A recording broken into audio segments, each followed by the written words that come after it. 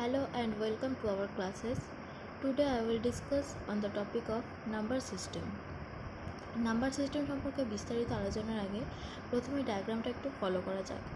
Number সিস্টেমে যে number tree সেটাকে আমরা দুভাগে ভাগ করতে পারি, রিয়েল নাম্বারস এবং ইমাজিনারি নাম্বারস। ইমাজিনারি নাম্বার কোনগুলো? যেগুলোতে রুটের মধ্যে মাইনাস থাকে। এই মাইনাসগুলোকে আই স্কোয়ার দিয়ে এক্সপ্রেস করে অঙ্কগুলো করতে হয়, যেখানে আই স্কোয়ারের ভ্যালু -1। তো ইমাজিনারি নাম্বার সম্পর্কে আমাদের ডিটেলসে না জানলেও চলবে, আমরা চলে আসছি রিয়েল নাম্বারসে। রিয়েল নাম্বারস কোনগুলো? রিয়েল নাম্বারসের মধ্যে আমরা পাই রেশনাল নাম্বার এবং ইরেশনাল নাম্বার। তো রেশনাল নাম্বার কোনগুলো? Are number that can be expressed as a fraction of two integers. অর্থাৎ রেশনাল নাম্বার হলো সেই নাম্বারগুলো যেগুলোকে দুটি রাশির রেশিও রূপে প্রকাশ করা যায়। আর ইরেশনাল নাম্বার কোনগুলো? That cannot be expressed as a ratio of two integers. অর্থাৎ যেই রাশিগুলোকে দুটি সংখ্যার রেশিও রূপে এক্সপ্রেস করা যায় না বা p/q ফর্মে লিখতে পারা যায় না, সেগুলোকে বলা হয় ইরেশনাল নাম্বার। যেমন √5, √7 এগুলো হলো ইরেশনাল নাম্বার। এখানে আমি একটা এক্সাম্পল দিচ্ছি, পাই কিন্তু একটা ইরেশনাল নাম্বার। আমাদের অনেক সময় কনফিউশন হয় যে পাই রেশনাল না ইরেশনাল। পাই কিন্তু একটা irrational number, because pi cannot be expressed as a ratio of two integers. Okay, তো রেশনাল নাম্বারসের মধ্যে এবার আমরা কী পাবো? রেশনাল নাম্বারসের মধ্যে চলে যাচ্ছি। রেশনাল নাম্বারসকে আবার দুটো ভাগে ভাগ করা যায়, হচ্ছে ইন্টিজার্স এবং ফ্র্যাকশনাল নাম্বারস। ফ্র্যাকশনাল নাম্বারস আমরা সবাই জানি, বাংলায় যাকে ভগ্নাংশ বলে থাকি। তো এখানে দুটো এক্সাম্পল দিয়েছি, 3/5, 7/2, এগুলো হচ্ছে ফ্র্যাকশনস। ইন্টিজার্সের মধ্যে কী পাই? ইন্টিজার্সের মধ্যে আছে নেগেটিভ ইন্টিজার্স, পজিটিভ ইন্টিজার্স এবং জিরো। পজিটিভ ইন্টিজার্সের মধ্যে আমরা আবার ন্যাচারাল নাম্বারস এবং হোল নাম্বারসগুলো পেয়ে থাকি। ন্যাচারাল নাম্বারস কোনগুলো? ন্যাচারাল নাম্বার স্টার্ট হয় 1 থেকে, 1, 2 থেকে স্টার্ট করে ইনফিনিট পর্যন্ত হচ্ছে ন্যাচারাল নাম্বারস। আর হোল নাম্বার স্টার্ট হয় 0 থেকে। তো জিরো ন্যাচারাল নাম্বার না হোল নাম্বার, এই নিয়ে কিন্তু কনফিউশন হয়। জিরো কিন্তু অ্যাবসলিউটলি হোল নাম্বার। অনেক সময় পরীক্ষায় কোয়েশ্চেন দেয় যে find the some of first এর ন্যাচারাল নাম্বারস, দেন কিন্তু 1 থেকে স্টার্ট করতে হবে। এখানে কিন্তু 0 থেকে স্টার্ট করলে হবে না, কারণ 0 কিন্তু একটা হোল নাম্বার। এরপর আমরা চলে আসছি ডেসিমালসে। ডেসিমালস আমরা কম বেশি সকলেই জানি, নর্মাল যে ডেসিমালসগুলো আছে, কিন্তু এখানে আমাদের আলোচ্য হচ্ছে রেকারিং ডেসিমালস। রেকারিং ডেসিমালস বাংলায় যাকে আমরা পৌনঃপুনিক বলে থাকি। রেকারিং ডেসিমালস কোনগুলো? যেগুলোকে এই যে মাথায় বার দিয়ে লেখা যায়, বা এই রেকারিং ডেসিমালস বলতে কী বোঝায়? এই যে 0.99 মাথায় যে বার আছে, অর্থাৎ 0.99 এটা রিপিট হয়েছে, অর্থাৎ রিপিটিং ডেসিমালস। রেকারিং ডেসিমালসকে আমরা রিপিটিং ডেসিমালসও বলতে পারি। তো এই যে রেকারিং ডেসিমালস, এগুলোকে কী করে p/q আকার এক্সপ্রেস করা যায় সেটাই আমরা দেখাবো। তো এইখানে লিখেছি 0.7 মাথায় যে বার রয়েছে, রেকারিং ডেসিমালস বাংলায় যাকে আমরা পৌনঃপুনিক বলে থাকি। তো এটাকে p/q আকারে লিখতে গেলে কী হবে? 7/9।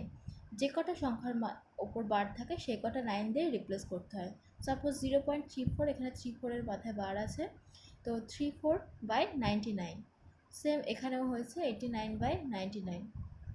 এখানে আমি আরও কয়েকটা এক্সাম্পল দিয়েছি যে 0.345 মাথায় বার আছে, এটাকে p/q আকারে এক্সপ্রেস করলে 345/999। এখানে 3টে 9 দিয়ে রিপ্লেস হয়েছে। তো এরকম কয়েকটা এক্সাম্পল, তো ইজিলি আমরা এগুলো করতে পারবো। এরপরে আমরা চলে আসছি another type of recurring decimals. এখানে যে রেকারিং ডেসিমালসটা রয়েছে, এখানে দেখতে পাওয়া যাচ্ছে প্রত্যেকটা টার্মের মাথায় কিন্তু বার নেই, অর্থাৎ একটা টার্মের মাথায় কিন্তু বার মিসিং আছে। তো এক্ষেত্রে আমরা কিভাবে এটা p/q আকারে এক্সপ্রেস করবো সেটাই দেখিয়েছি। তো এখানে XYZ মাইনাস যার মাথায় বার নেই সেই সংখ্যাটা, আর নিচে কী হবে? যেই দুটো টার্মের আগেই বলেছি যেগুলোর মাথায় বার আছে সেগুলো কী দিয়ে রিপ্লেস করতে হবে? 99। আর যার মাথায় বার নেই তার পরিবর্তে 0। তো এইভাবে কিন্তু রেকারিং ডেসিমালগুলো করতে হবে। এখানে একটা এক্সাম্পল দিয়েছি, এই এক্সাম্পলটা ফলো করলে আমরা দেখতে পাবো 2.8768। এখানে দশমিকের পয়েন্টের আগে যেই টার্মটা রয়েছে সেটা এখানে বসাবো, দশমিকের পরের সংখ্যাগুলো পুরোটা এখানে লিখলাম, আর যার মাথায় বার নেই মাইনাস সেইটা। আর নিচে কী হবে? এই যে 3টে টার্মের মাথায় বার আছে তাই জন্য 3টে 9 হয়েছে, আর এই যে একটা সংখ্যার মাথায় বার নেই তার পরিবর্তে 0। এবার এটাকে ক্যালকুলেট করে আমরা এই এক্সপ্রেশনটা পেয়েছি। ওকে, এরপরে আমরা চলে আসছি কিছু সিরিজ নিয়ে। এই সিরিজের অঙ্কগুলো পরীক্ষা আমাদের প্রায় ফেস করতে হয়।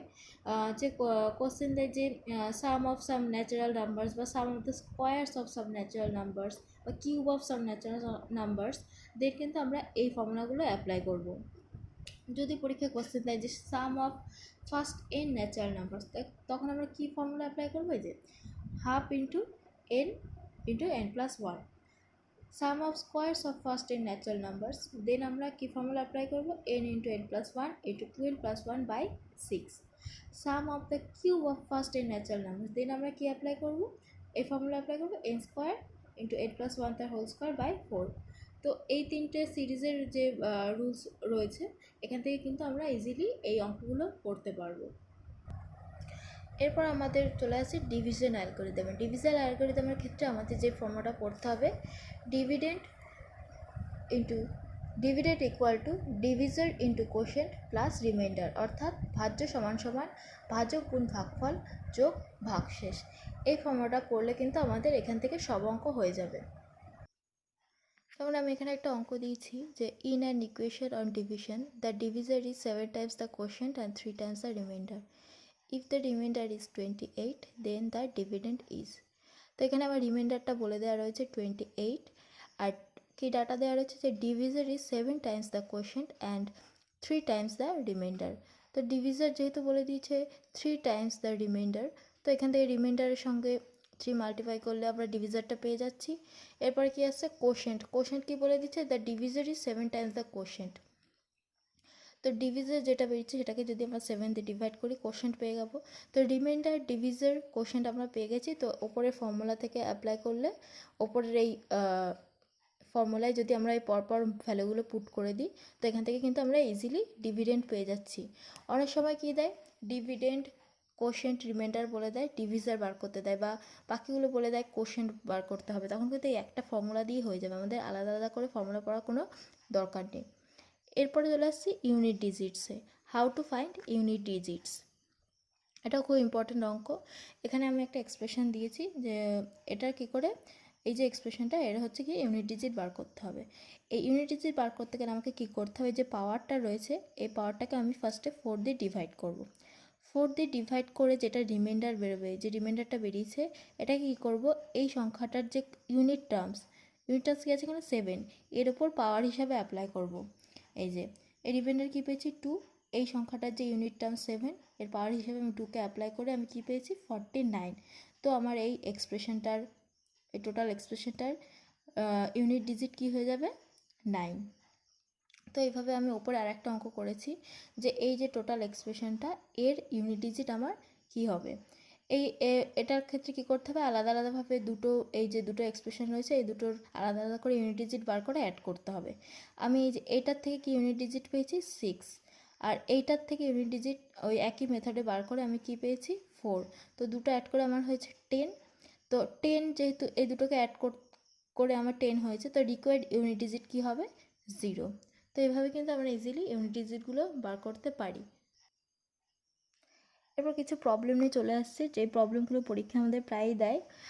এই প্রবলেমগুলো দেখে মনে হয় যে খুব বড় হবে, মানে বড় বড় টার্মস দিয়ে রয়েছে, কিন্তু অ্যাকচুয়ালি অঙ্কগুলো কিন্তু খুবই ইজি। সাপোজ এখানে এই যে বড় বড় টার্মগুলো দেওয়া আছে, এগুলো কিন্তু সরাসরি গুণ করার কোনো দরকার নেই পরীক্ষার হলে। এখানে আমি কী করেছি? 1/5, এই 999কে আমি কী লিখেছি? 1000 - 1 লিখেছি। প্লাস এই যে 494, এটা কী হবে? 495 - 1 লিখতে পারি। তো অঙ্কটা অনেক ইজি হয়ে গেল ব্যাপারটা। তো এইটাকে আমি ভাঙালে এখানে 1 - 1/495 × 99। এবার আমি যদি এগুলোকে গুণ করি, তো দেখা যাবে যে প্রত্যেকটা টার্মস এই যে কাটাকুটি গিয়ে অটোমেটিক্যালি এই টার্মসটা রয়ে গেছে, এটাই হয়ে যাবে অ্যান্সার। তো এইভাবে কিন্তু এই অঙ্কগুলো আমরা করতে পারি, এগুলো খুবই ইজি। এরপরে 2 নম্বরে আমি এরকমই আরেকটা অঙ্ক করেছি, এটাও কিন্তু সেমভাবে করতে হবে। এই অঙ্কটার ক্ষেত্রে কি বলা হয়েছে? এই 999 প্লাস এইভাবে এটাকে আমরা ভেঙে লিখতে পারি ইন্টু 999, সেমভাবে একইভাবে লিখেছি 1000 - 1, 995/999, এভাবে এটাকে গুণ করলে কিন্তু ইজিলি আমার অ্যান্সারটা বেরিয়ে যাচ্ছে। তো এই টাইপের অঙ্ক দিলে পরীক্ষায় গুণ করার কোনো দরকার নেই, এটাকে আমরা ছোট ছোট করে ভেঙে ইজি টার্মসে ভেঙে অঙ্কটাকে করব।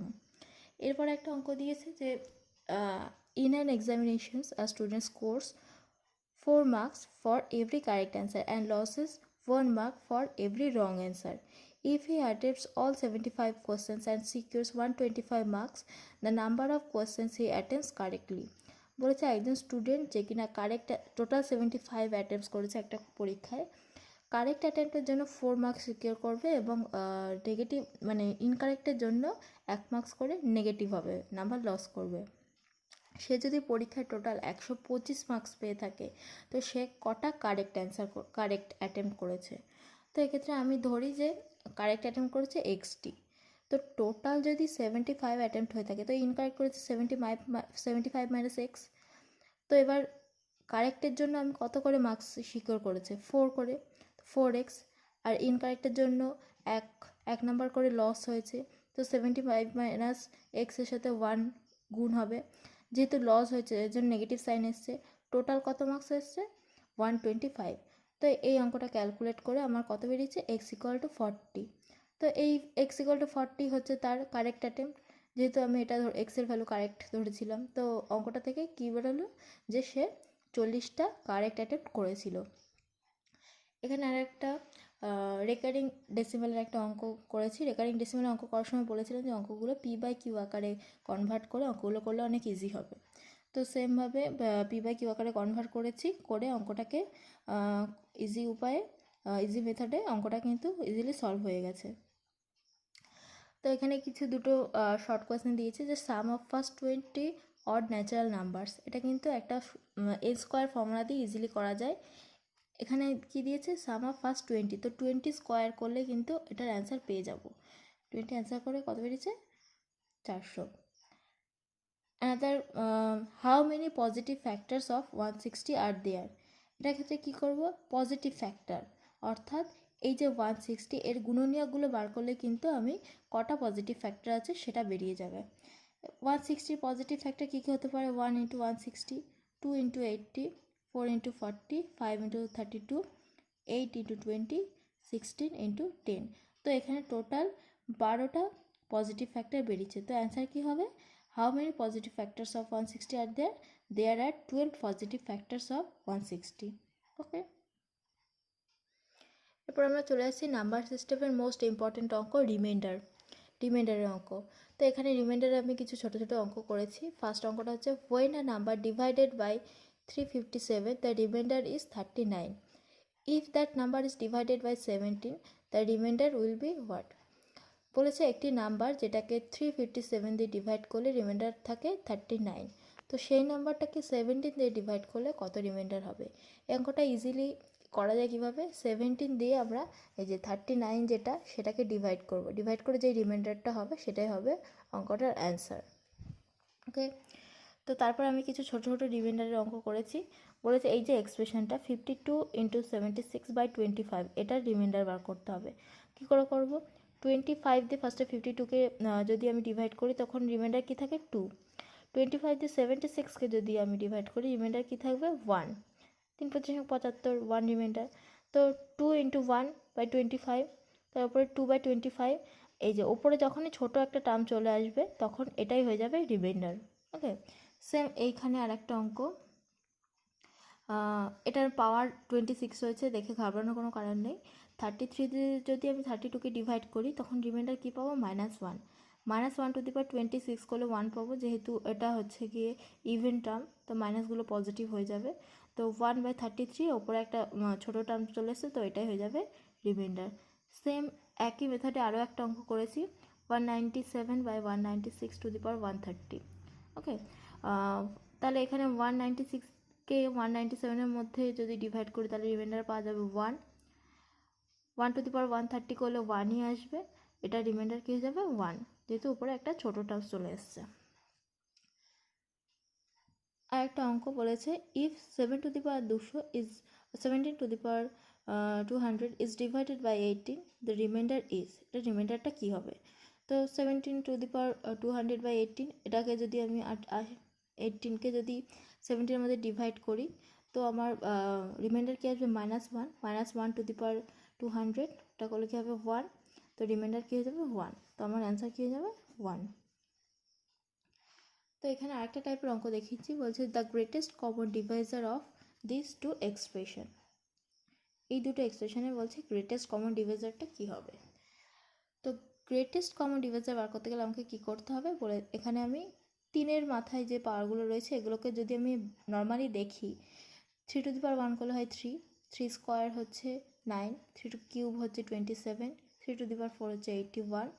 তো 3-এর যে পাওয়ারগুলো যতই দিই না কেন প্রত্যেকটা কিন্তু ইউনিট ডিজিট কী আসবে, প্রত্যেকটা কিন্তু ইউনিট ডিজিট আসবে অড নাম্বার, এক একটা করে অড নাম্বার আসবে। সে আমি যতই 3^6 করি বা যাই করি না কেন। তো এর সঙ্গে দেখুন প্রত্যেকটা 3-এর যে কিউব, এই 3-এর যে পাওয়ারগুলো রয়েছে তার সাথে 1 অ্যাড হয়েছে। তো এর সাথে প্রত্যেকটার সাথে যদি 1 অ্যাড হয় তাহলে এটা কী হয়ে যাবে, it will be an even term.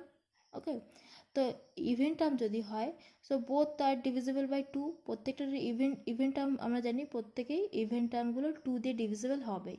তো দুটো টার্মই কী হয়ে যাবে, যেহেতু ইভেন টার্ম হয়ে গেল তাই 2 দিয়ে ডিভিজিবল হবেই। তো এই দুটো এক্সপ্রেশনের গ্রেটেস্ট কমন ডিভাইজার কী হয়ে যাবে, 2।